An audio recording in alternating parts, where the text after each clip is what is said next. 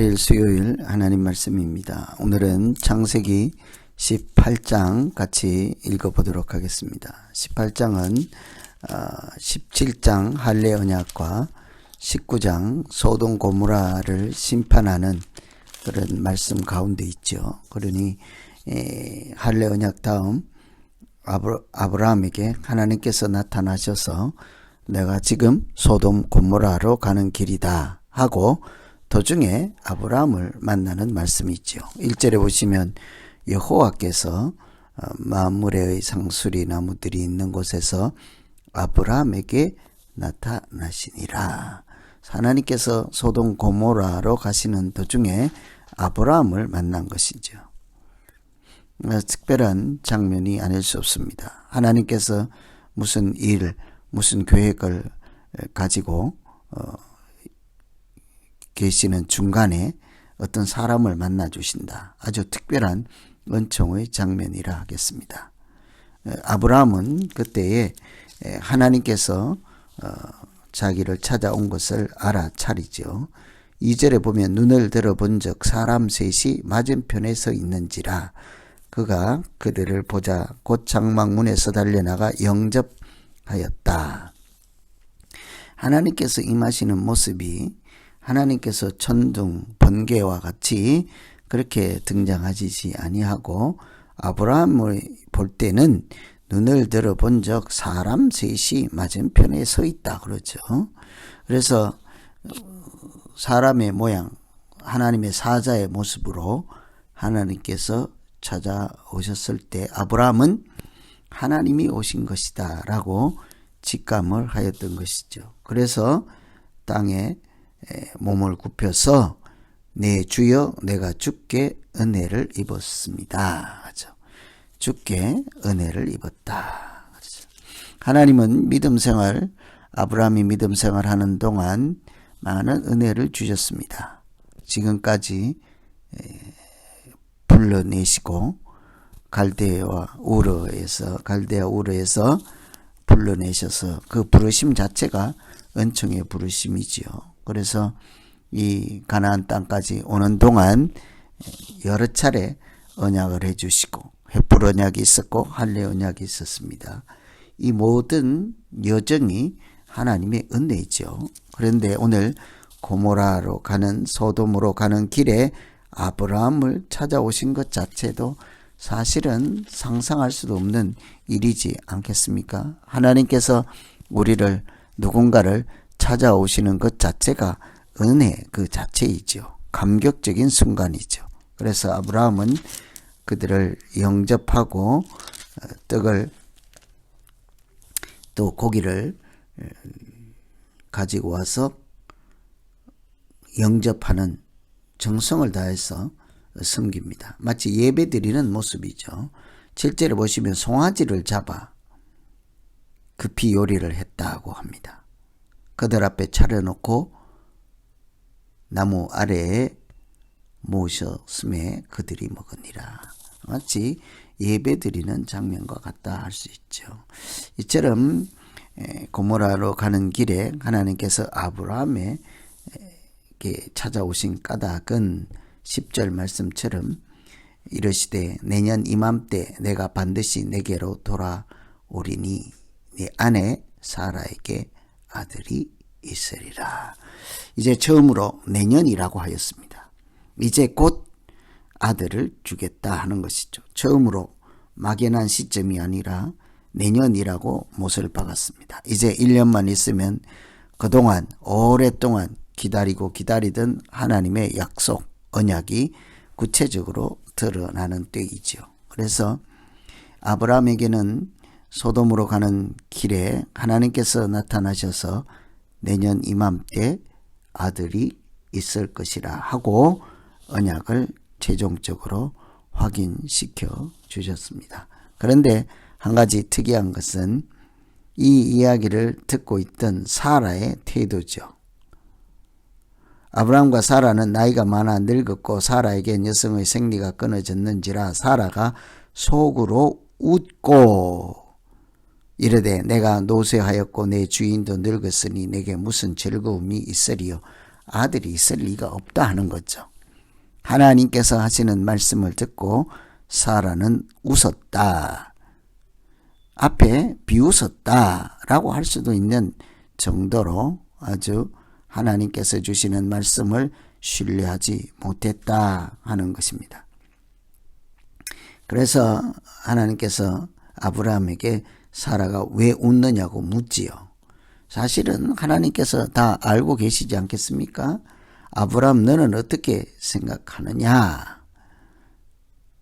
라고 아브라함의 생각을 묻는 것이라고 할 수도 있겠습니다. 그래서 아브라함이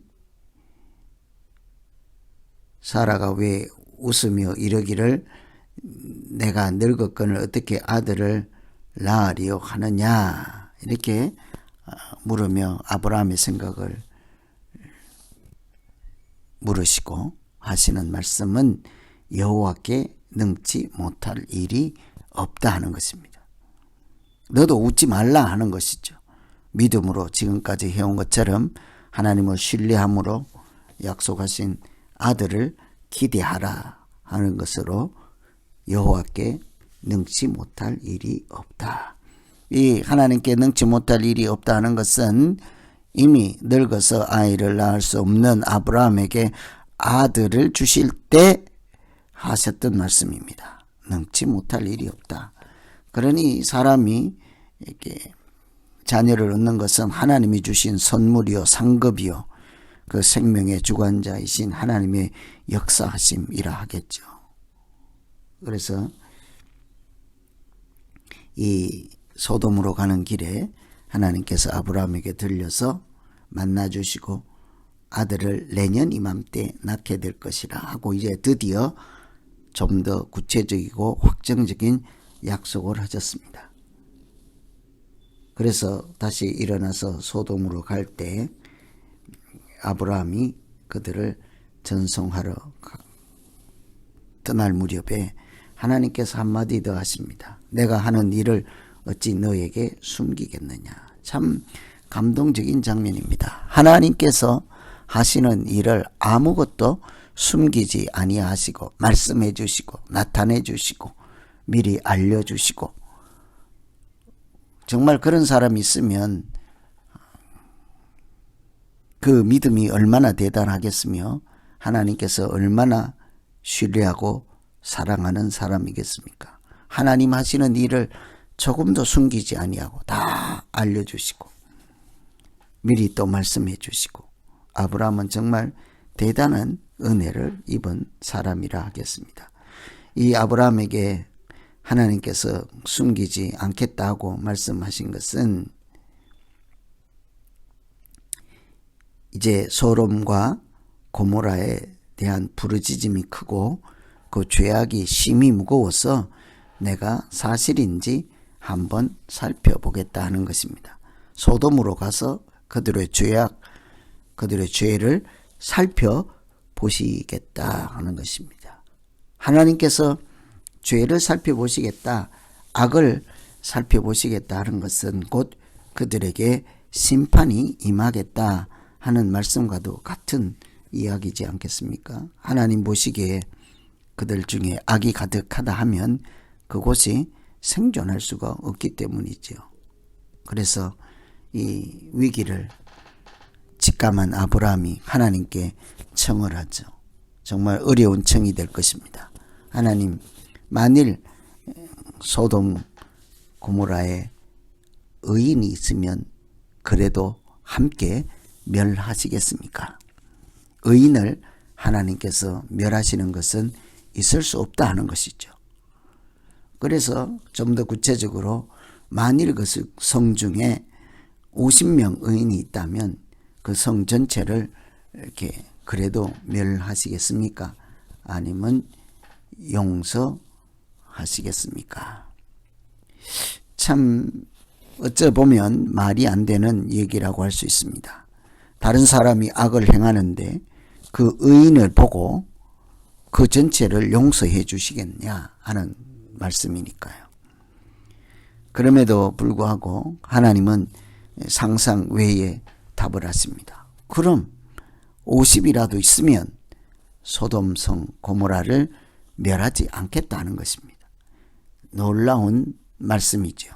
여러분, 우리 세상 중에 온 세상에 하나님 없다 하는 사람이 가득한 것 같지만 그래도 세상이 이렇게 안전하게 돌아가는 것, 심판 받지 아니하고 지금까지 생존해 있는 것은 우리 중에 의인 50이 있는 것을 보시고 하나님께서 멸하시 않는다. 얼마나 대단한 일이겠습니까? 거꾸로 우리가 그 50인 중에 한 명이라면 하나님 의인 때문에 이 세상을 지금도 희망을 거두지 아니하고 소망을 거두지 아니하시고 하나님께서 지키시고 하나님의 강한 오른손에 붙잡고 계심을 우리가 보고 있습니다. 하나님 이 자체가 은혜이죠.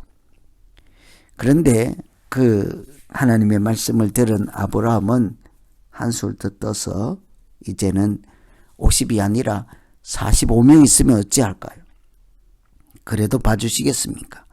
30명이 있으면 어떻게 하시겠습니까? 20명이 있으면 어떻게 하시겠습니까? 10명이 있으면 어떻게 하시겠습니까? 아마 우리가 하나님의 입장이라면 짜증냈을 거예요. 시끄럽다 하지 않겠습니까? 놀린다고 하지 않겠습니까? 그런데도 하나님은 전혀 그 질문을 중단시키지 않습니다. 그리고 일일이 그때마다 내가 의인이 50이 아니라 45명이 있어도 30명이 있어도 20명이 있어도 10명이 있어도 그 성을 용서하시겠다. 하나님의 용서가 어떤 것인지를 우리가 깊이 생각하게 하는 말씀입니다. 하나님은 의인 하나를 보시고 성을 멸망시키지 아니하십니다. 그만큼 우리 의인 한 명이 그 지역에 얼마나 큰 대단한 영향력이 있는 사람인가, 소중한 사람인가, 하나님께서 눈여겨보는 사람인가, 이런 것을 생각해 볼 수 있지 않겠습니까? 하나님은 의인이 조금만 있더라도 한 도시가 죄의 악에 가득할지라도 그 때를 기다리시고 멸망시키지 아니하시고 그 의인을 사랑하시는 것을 볼 수가 있죠. 그래서 그 더 이상 질문을 바꾸어서 그러면 한 명 있으면 어찌할까요? 2명 있으면 어찌할까요? 더 이상 아브라함이 하나님께 여쭤볼 염치가 없는 거죠.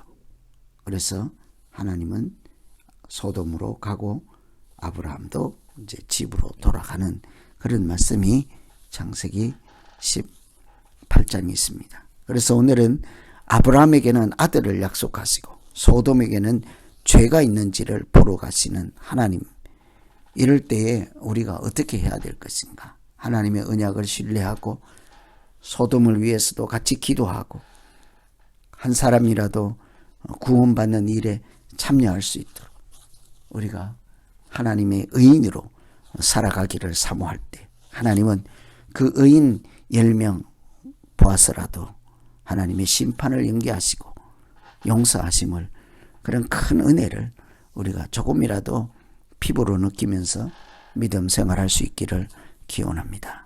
오늘 말씀 차근차근 읽으시며 하나님께서 믿는 자에게 하나님의 상급을 약속하시고 악이 가득하고 죄가 관영한 그곳에서 하나님께서 심판하시는 모습을 보고 그들을 끝까지 구원하기 위해서 애쓰는 아브라함의 기도를 같이 살피시면서 차근차근 읽으시고 다음 주에 또 19장 읽어보도록 하겠습니다. 기도합니다. 하나님 아버지, 소돔으로 가는 길에 하나님께서 아브라함에게 나타나셔서 말씀을 나누시고 하나님의 계획하심을 알게 하셨습니다. 얼마나 큰 은총을 아브라함에게 허락하시는지 우리도 그것을 보고 하나님께서 하시는 일을 조금도 숨기지 아니하시고 우리의 믿음 가운데 얼마든지 하나님의 뜻을 헤아리며 살아갈 수 있는 그런 믿음 생활이 되게 하여 주시옵소서. 소돔 고모라를 위해서 아브라함이 기도할 때 의인 10명만 있어도 그 성을 용서하시겠다는 하나님의 눈물겨운 그런 장면을 우리가 마음에 새기게 하시고 그들이 소돔과 고모라가 멸망하지 않을 수 있는 유일한 길이 그것에 의인 한 명이라도 있으면 하나님께서 아직 기다리시고 용서하여 주시고 돌이키시는 그런 하나님의 깊은 사랑도 있습니다. 하나님, 우리가 이 땅에 믿는 자로서 정말 그 믿음의 한 사람, 이 사회를 지키는 하나님의 파수꾼이 되게 하여 주시고 믿음으로 살아가는 순간 하나님의 역사하심은 조금도 숨기지 아니하고 아브라함에게 나타내신 것처럼 우리 모두에게도 말씀하여 주시고 우리의 걸음과 생각을 인도하시는 우리 믿음 생활이 되게 하여 주시옵소서. 예수님 이름으로